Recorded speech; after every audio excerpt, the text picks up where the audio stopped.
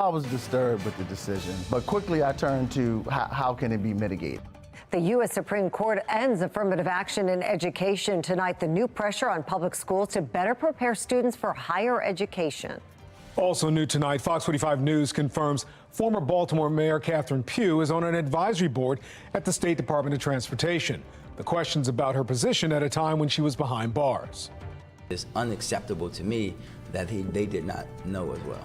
But first, more questions than answers nearly 3 weeks since the Brooklyn Day mass shooting. Tonight, our exclusive sit-down with the head of the city's housing authority and Mayor Scott's reaction. Live from WBFF in Baltimore, this is Fox 45 News at 10.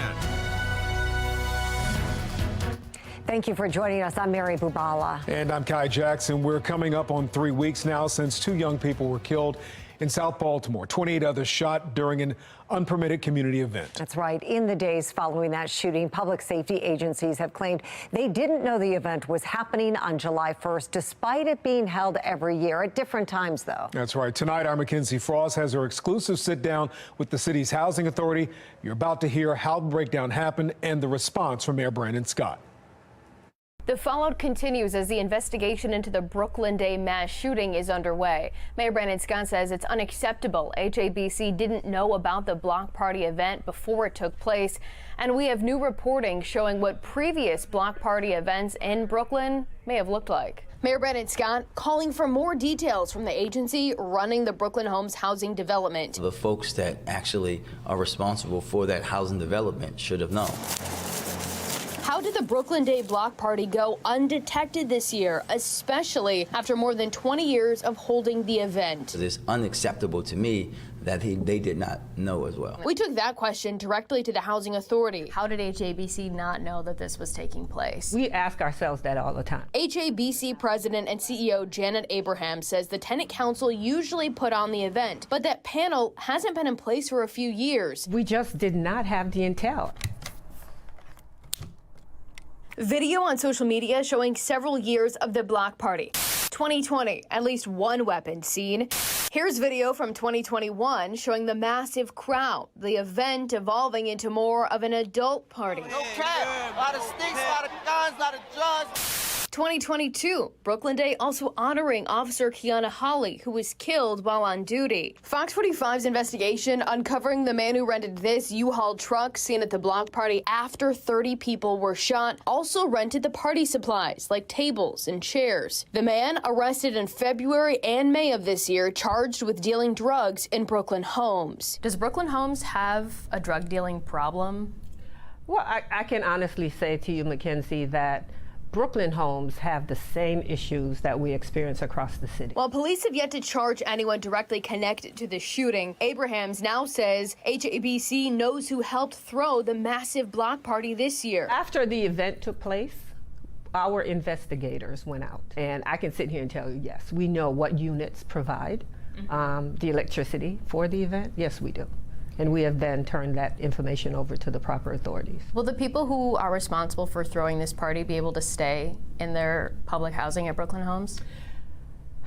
So, that's a good question. Right now, I think we're more leaning towards MOUs with families to say, you know, this happened. We don't want to be the bearer of bad news and put people out because they made a mistake. Yeah. 30 people were shot. 30 Is people that a were mistake? Shot. No. When I say sometimes 30 people were shot, 8 of those families belong to us. The rest of them did not live on HABC property. You did something against your lease doesn't necessarily mean we're going to evict you, but we're going to talk about it. Abraham says new policies restricting time limits on parties, requiring private security and electricity usage will soon be implemented at all housing properties. Mayor Scott says a top-to-bottom review of all of the agencies is ongoing. We asked him when that review will be complete, but the mayor not giving a timeline.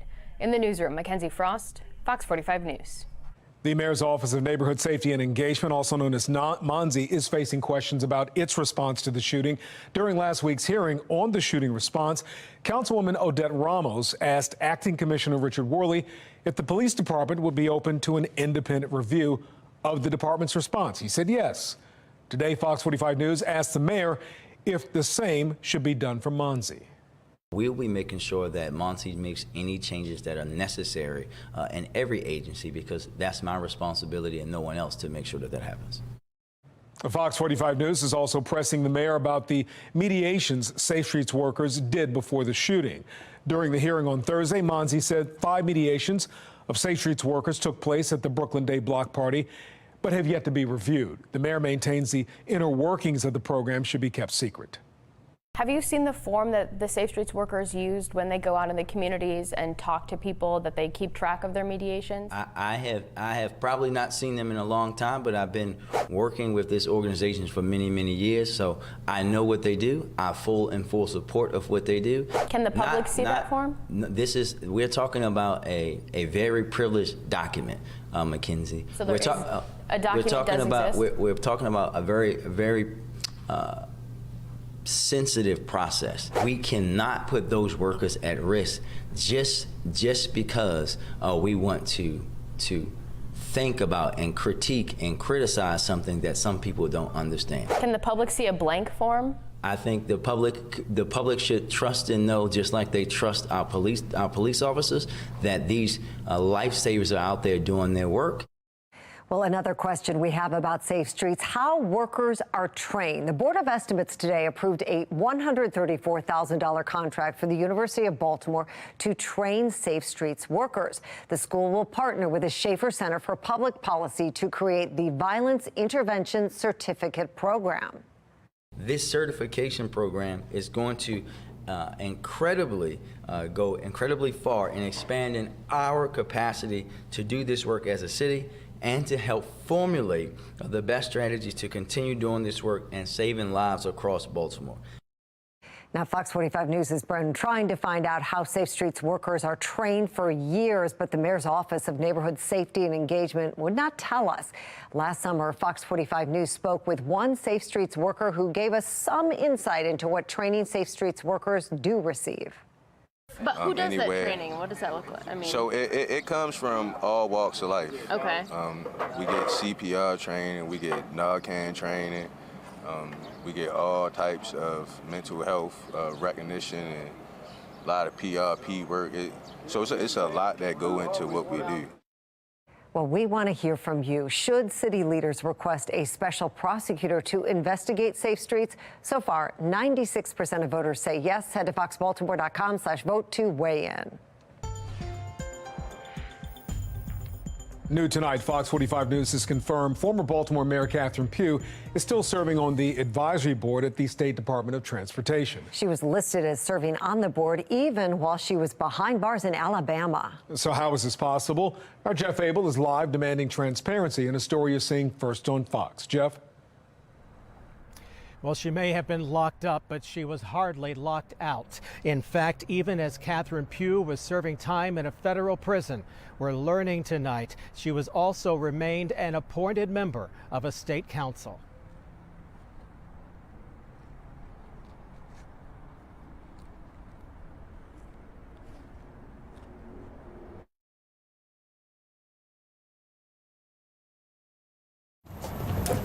Moments after former Mayor Catherine Pugh was sentenced to 3 years in federal prison on fraud and tax evasion charges, she made one bold promise. I don't think this is the last chapter for Catherine Pugh. Months later, when she walked into a federal prison in Alabama, it appears the former mayor and former state senator was still active in state government. In 2020, when she entered that prison, state records show Pugh was still serving on the Maryland Aviation Administration's Small and Minority Business Council. In 2021, while still locked up in Alabama, Pugh remained an appointed member. In 2022, as she left prison and entered a halfway house, Pugh remained on the council. And today, as a convicted felon, state records show Pugh is still advising the Maryland Aviation Administration as a member of the same council. In many ways, it was a no-show job because she clearly didn't show for 3 years. Pugh was first appointed to the council back in 2005. It is unclear if the 11 members on that council are paid or provided state perks. And if she was collecting a check, or the ability to accrue time there's a hell of a ethical problem there. Someone is dropping the ball here. Political scientist John Deedy questions why aviation administrators allowed Pugh to remain on the council while locked up, and whether similar state boards should be questioned too. There's a lot of these commissions. What are they doing? Well, we have been seeking an explanation from state aviation officials today. So far, however, no reply. We are live tonight. Jeff Abel, Fox 45 News. Well, the next weather maker continues to move through Stewartstown, PA, all the way back to Bel Air and Edgewood. Notice there's some rain and actually even some pretty good lightning strikes, some 46 strikes in just the frame here. Amos Mill down to Deer Meadows and then Jarrettsville and Bel Air. There could be some pretty heavy rainers with some of these showers and thunderstorms rolling through, and they're coming in from northwest, southeast, even a history of severe weather over portions of Pennsylvania. Not expecting necessarily a whole lot of severe weather here. Wouldn't be totally surprising to see a warning or two pop up with this as it glides south and east, but it's gradually on a weakening trend over the next hour to an hour and a half. But again, some downpours up 95, and even the northeastern side of the Beltway on the future scan, that begins to diminish overnight. And eventually we get in on some less humid air. I'll let you know when that's going to get here, coming up in my Weather Authority forecast. Coming up on Fox 45 News at 10 o'clock tonight, Mayor Brandon Scott and Maryland's congressional delegation talk public safety in Baltimore, the new resources they're sending to the city, and why one critic says it's not enough. Fox 45 News talks with a woman who says her neighbor was beaten to death right in front of her, how she's describing the violent scene and the arrest made in that case. After the break, Project Baltimore looks into the fallout from the Supreme Court banning race-based college admissions, what some say it means for public high schools. Fox 45 News, winner of 16 2022 Regional Emmy Awards, more than all other Baltimore news stations combined.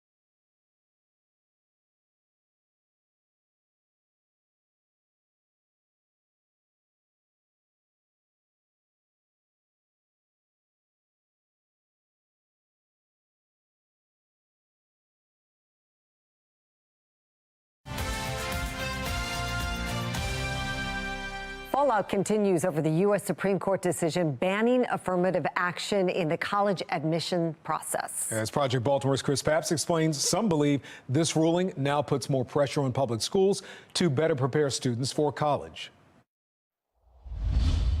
Ryan Coleman is the president of the Randallstown chapter of the NAACP. We're in trouble. He's also a college professor at Strayer University, who says over the last 10 years, he's seen a disturbing trend. The students are just not as well prepared as they used to be in English and math and those subject matter areas. So you're saying that just in the 10 years that you've been a college professor, you've seen students coming into your classroom less prepared? Yes. Really? Yes. Which is why Coleman says last month's decision by the U.S. Supreme Court on affirmative action in college admissions is so important. I was disturbed with the decision, but quickly I turned to how can it be mitigated? On June 29th, the High Court struck down affirmative action programs at Harvard College and the University of North Carolina, ending the consideration of race in college admissions nationwide. The court ruled that race-conscious admissions violate the Equal Protection Clause of the U.S. Constitution. The decision was met with controversy. We cannot let the decision be a permanent setback for the country. It is my hope to see a renewed college admission system that recognizes and rewards the multifaceted talents. Prior to the Supreme Court's decision, 9 states had already banned the use of affirmative action in college admissions, including California, Florida, and Michigan. Maryland had not. Within the university system of Maryland, which includes 11 colleges and universities, minority enrollment increased 11 percentage points from 2003 to 2022.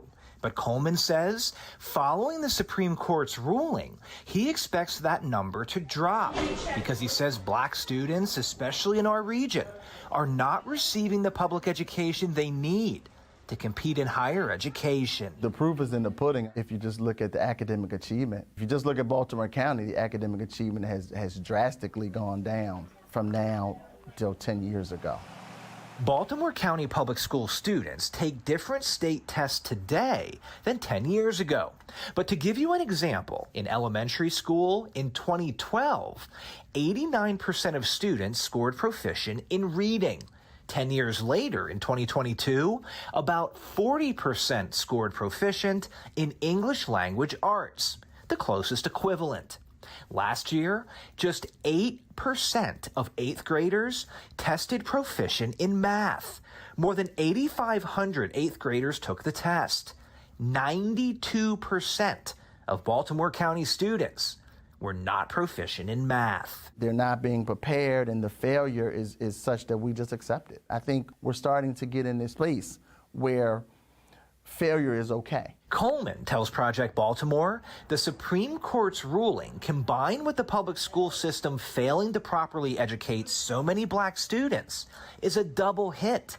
To mitigate the effects of the ruling, Coleman says colleges should consider an income-based admission process and targeted recruitment of minority students. But the best way, he says, to get more black students into college is for public K-12 schools to be held accountable. The answer is to educate our children better. Get those kids out of those schools, charter schools, magnet schools. Whatever we need to do, we can't continue to be in schools where they're just happy you're in the seat. Coleman hopes the Supreme Court ruling banning affirmative action will put more pressure on public schools to better educate not just black students, but all students. Public education, I think, is in serious jeopardy just because we're really not getting the results that we used to get, and we're not getting the results that we really need to get. I'm Chris Pabst, and this is Project Baltimore. And on the heels of this U.S. Supreme Court decision, another college is doing away with the legacy admissions. Today, Wesleyan University, a liberal arts college in Connecticut, joined the list. The university joins other colleges, including Amherst, Johns Hopkins University, and Carnegie Mellon. Wesleyan today saying legacy status barely played a role in admissions, but the practice that's been used since the early 90s gives a leg up to children of alumni.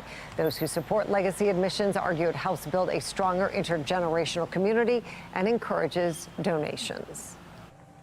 An arson investigation underway in Baltimore County after this massive fire last night. Next, an update on the firefighter who was hurt.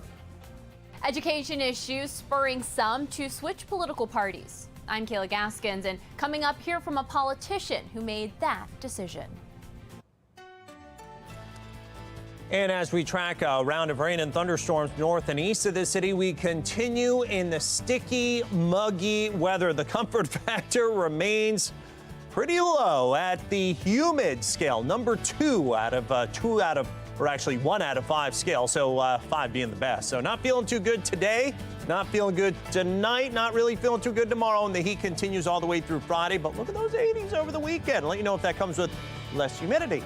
My Weather Authority forecast.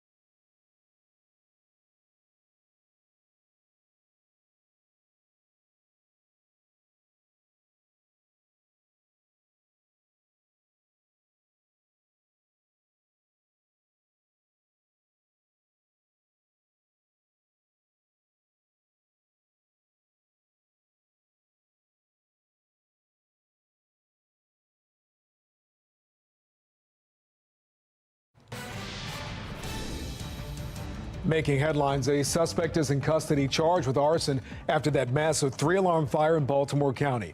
Police say Elijah Morgan was arrested late last night. We were live with you on the air when the Advanced Auto Parts store in Reisterstown went up in flames. That fire was especially difficult to put out, according to officials, because of tires, fuel, and other materials inside that building. One firefighter was hurt but has been released from the hospital. The damage to the building was so extensive it will be demolished. Well, overnight, a man was killed in a hit and run in West Baltimore. Happened around 2 at the intersection of North Hilton Street and Phelps Lane. First responders arrived and pronounced the man dead on the scene. The driver did not remain on the scene. As school choice continues to gain traction among voters, the issue is spurring some swap political parties. That's right. National correspondent Kayla Gaskins has details from Washington. For Georgia State Representative Misha Maynor, switching parties from Democrat to Republican was a tough decision. I've been a Democrat my entire life. When I made the announcement, no one in my family knew. Maynor says she's butted heads with Democrats for years over issues like funding the police, public safety, and education. In my district, there are schools where 3% of the kids can read. 2% are meeting math proficiency. Particularly her support for school choice. How do you think school choice will improve the education system in Georgia? The charter schools are outperforming the public schools. So when there's competition in the market, it forces people to do better. Laws expanding school choice passed in 10 Republican-led states this year alone. A new poll published by Real Clear Opinion Research showing 71% of registered voters support school choice. And that 71% number is a 7-point increase from 2020. So that just goes to show that especially after schools were closed for months, if not, over a year, parents are looking for alternative options. Critics say school choice options like vouchers and tax breaks funnel funding away from public schools. In Mainer's district of Atlanta, the city allocates $17,500 per student per year. Their budget last year was $1.5 billion.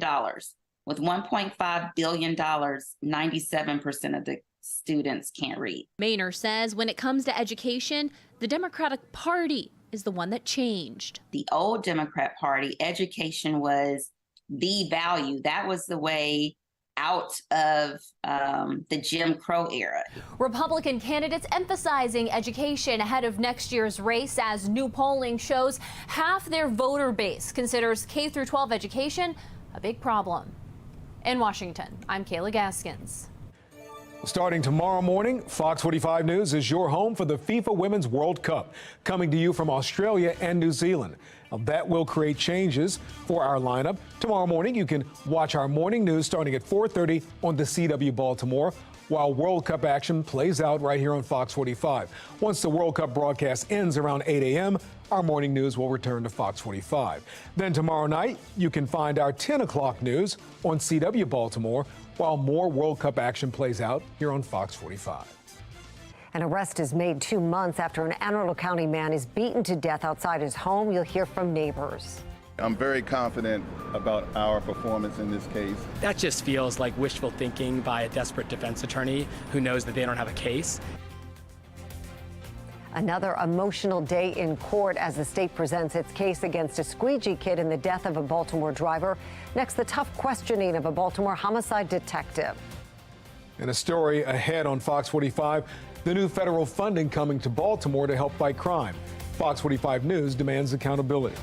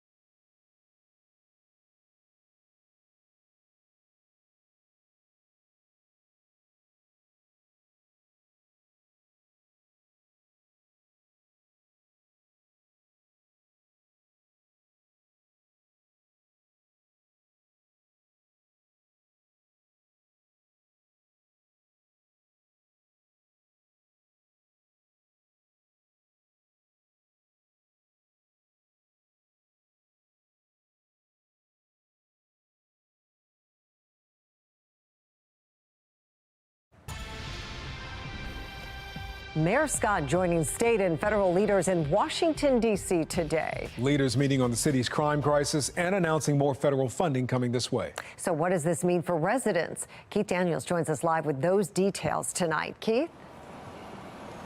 Well, Mary, the mayor returns to City Hall tomorrow after spending, or rather after that big day on Capitol Hill. Today, important talks, they say, to help with the city's crime fight. Baltimore Mayor Brandon Scott on the move in Washington, D.C. today, meeting with members of the Maryland congressional delegation. On the table, several topics, including public safety and bringing down violent crime in the city. Yes, one thing about Baltimore, we know we have a crime problem, and most jurisdictions do. A lot of it's narcotics. We are, if you look at the numbers, they're doing pretty well other than homicides. But we can do a lot better. The delegation and Scott facing reporters after a closed-door meeting. One of our questions, as Baltimore City continues to struggle with police staffing, which hinders the department's ability to do the job, what is the delegation doing to help with BPD's recruiting efforts? We've been moving that money in. The mayor has been moving it over to the department. Some of it has come through the $641 million ARPA grant. Others have come in direct grants, like the $10 million that we gave to the previous commissioner a year or so back. And there are support dollars from an array of federal programs. We are immensely grateful to all of the investments that this delegation has made, and that work will be done to help us expand upon and grow the 21% reduction that we see in Baltimore and homicides today. Taking action, they say. I don't expect anything to come from this meeting. But some observers, including Eurypsy Morgan, spokesperson for Peace, a government accountability group, believe meetings like this one routinely yield few results. We've had the same people in office for some longer than I have been alive. And that says a lot, considering we're still dealing with some of the same problems, especially crime issues, accountability issues, transparency issues in Baltimore City. What are they going to do now to make things different? They're not. Well, Senator Chris Van Hollen was also at that meeting. He announced more federal resources are coming to Baltimore City as part of that crime fight, including 5 U.S. attorneys, 4 new FBI agents, 4 new DEA agents, and 2 ATF agents. We're live now at City Hall. Keith Daniels, Fox 45 News. Keith, thank you. The Maryland delegation also asked about the Red Line project, specifically how much it will cost. Senator Chris Van Hollen didn't give a direct answer, only saying he and his colleagues are committed to making it happen. Once we have a plan, I do believe that we're going to be successful with federal funding. Well, the governor announced the project last month. It would connect communities in Baltimore City from Bayview out to Woodlawn in Baltimore County. When Governor Larry Hogan canceled plans for the Red Line in 2015, the project had an estimated price tag of $2.9 billion. A large portion of that money was coming from the federal government. Given inflation, the price tag will likely be higher than that. Some critics Fox 45 News has spoken with say they're worried the Red Line will cost too much, especially as data from the Maryland Transportation Authority shows Baltimore's subway and light rail ridership have been on the decline for a decade. And this is going to be very expensive. We're talking about almost $3 billion for this 14-mile line. So that is about $200 million per mile. That's expensive. So I'm really concerned about the price tag, but also that it's really not going to serve as many people as they'd hoped. Supporters of the Red Line say it would connect people to opportunities, including schools, jobs, and also health care. You can find more on the Red Line project on our website, foxbaltimore.com. Well, an arrest tonight, 3 months after a 21-year-old was shot and killed in southeast Baltimore. Today, police announced they've arrested 20-year-old Kieran Alvarez for that murder. Detectives are accusing him of shooting and killing 21-year-old Edgar Bonilla on April 3rd. Alvarez was arrested a few blocks away from the murder scene. He is charged with first-degree murder and a number of handgun violations. It's day 3 in the trial for the Squeegee kid accused of shooting and killing a Baltimore driver. In court today, a Baltimore police homicide detective was being questioned. The attorney for 16-year-old Tavon Scott accused the police department of failing to test crucial evidence for DNA, including a blue bandana found wrapped around the alleged murder weapon. He's also criticizing the detective's investigation of the victim and other possible suspects. The bottom line is that the investigators, they were so transfixed on this particular person in the pink shirt that they failed to look at everybody else. They had no knowledge of what pills Mr. Reynolds was taking or he was on. So it's very saddening. It's very shameful, as a matter of fact. It's very frustrating that we rely upon people at the Baltimore City Police Department to conduct thorough investigations, and this one was anything but that. The family of Timothy Reynolds became overwhelmed at times, having to leave the courtroom to wipe away tears because of evidence, including dash cam video and surveillance video of the incident that was played repeatedly. It's not movie quality footage, but it is crystal clear about the operative events, that the victim was walking away to his car, that the defendant and 2 others followed him, that the defendant shot him 5 times while he was dazed. Reynolds was killed last summer after that deadly encounter with the group of Squeegee kids. You can see him walk across traffic lanes with a bat. He swings at the kids, and moments later, gunshots were fired. Tavon Scott is charged as an adult, and the state has to prove that he pulled the trigger. You can trust Fox 45 News to follow this case. The judge estimates the trial could conclude by next Tuesday. We'll bring you the latest on air and online on our website, foxbaltimore.com. Well, some new details tonight in the May 19th killing of a Brooklyn Park man. Anne Arundel County police have made an arrest in the beating death of 43-year-old Christopher Wright outside of his home. Fox 45's Vincent Hill spoke with one neighbor who witnessed the crime firsthand. It was 2 months ago to the date that Christopher Wright was beaten to death on this street in Brooklyn Park.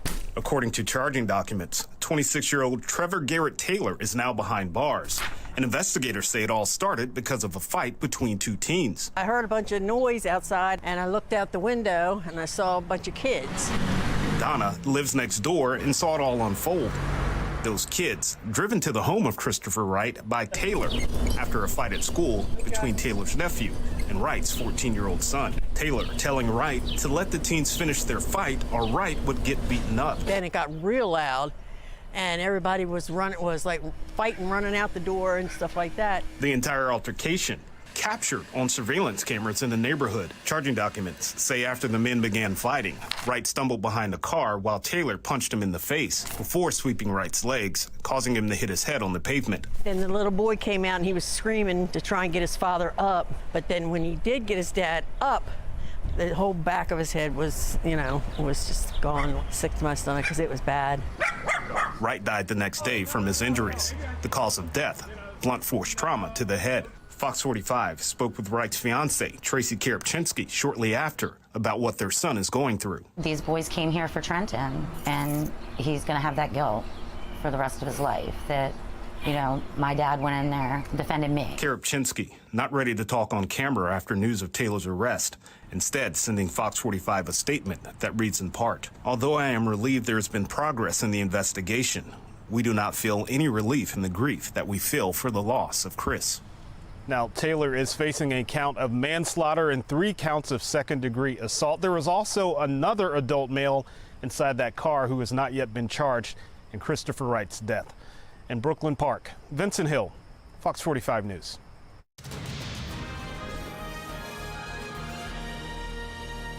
We are going to make sure that we are continuing to be bold as an administration, but we're also going to be fiscally responsible in the way we do it. Well, promises of fiscal responsibility from Governor Moore yesterday after being questioned by Fox 45 News about a projected $1.8 billion deficit by the end of the decade. But tonight, still no straight answers from the governor about what that fiscal responsibility will look like. This comes as we're learning education funding mandates are expected to play a big role in the state's shortage of cash. Fox 45's Amy Simpson reports. A major financial squeeze looks to be on Maryland's horizon, and signs point to the blueprint for Maryland's future playing a part. The state has obligated itself to billions of dollars in additional education spending. Maryland's blueprint was passed in 2021, meant to bolster education.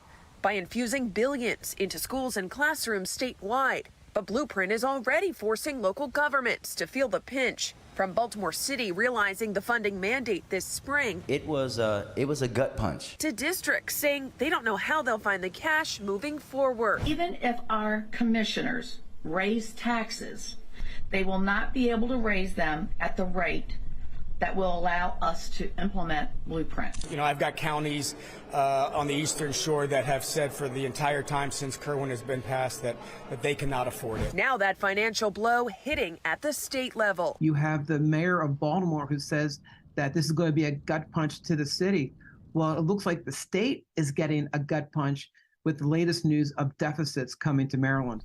This report from the state's Department of Legislative Services projects structural deficits in the hundreds of millions starting in fiscal year 2025. But in just 4 years, in fiscal year 2028, Maryland's budget outlook deteriorates substantially, the report says, as the projected deficit soars to $1.8 billion. The costs of ongoing K-12 education enhancements outpacing the availability of special funds in the Blueprint Fund. The report predicting by 2028, the Blueprint Fund surplus will have run dry, raising the question of where Maryland will get the money. You don't want to ask Maryland taxpayers for any more money. What it boils down to is fiscal responsibility, cutting spending, and looking at the core issues that the government should be taking care of. Today, we questioned the governor's office again about the looming deficit, asking, how does Governor Moore plan to pay for this? And will he be raising taxes or cutting services in Maryland? Amy Simpson, Fox 45 News. This evening, the governor sent a response to Fox 45, not directly answering our questions. The statement reads in part, the state has for many years been projecting deficits in the out years, including under the last administration. Governors and the General Assembly have always worked together to close these gaps, and we will close this one as well. He goes on to say, while it is still incredibly early to point to what policy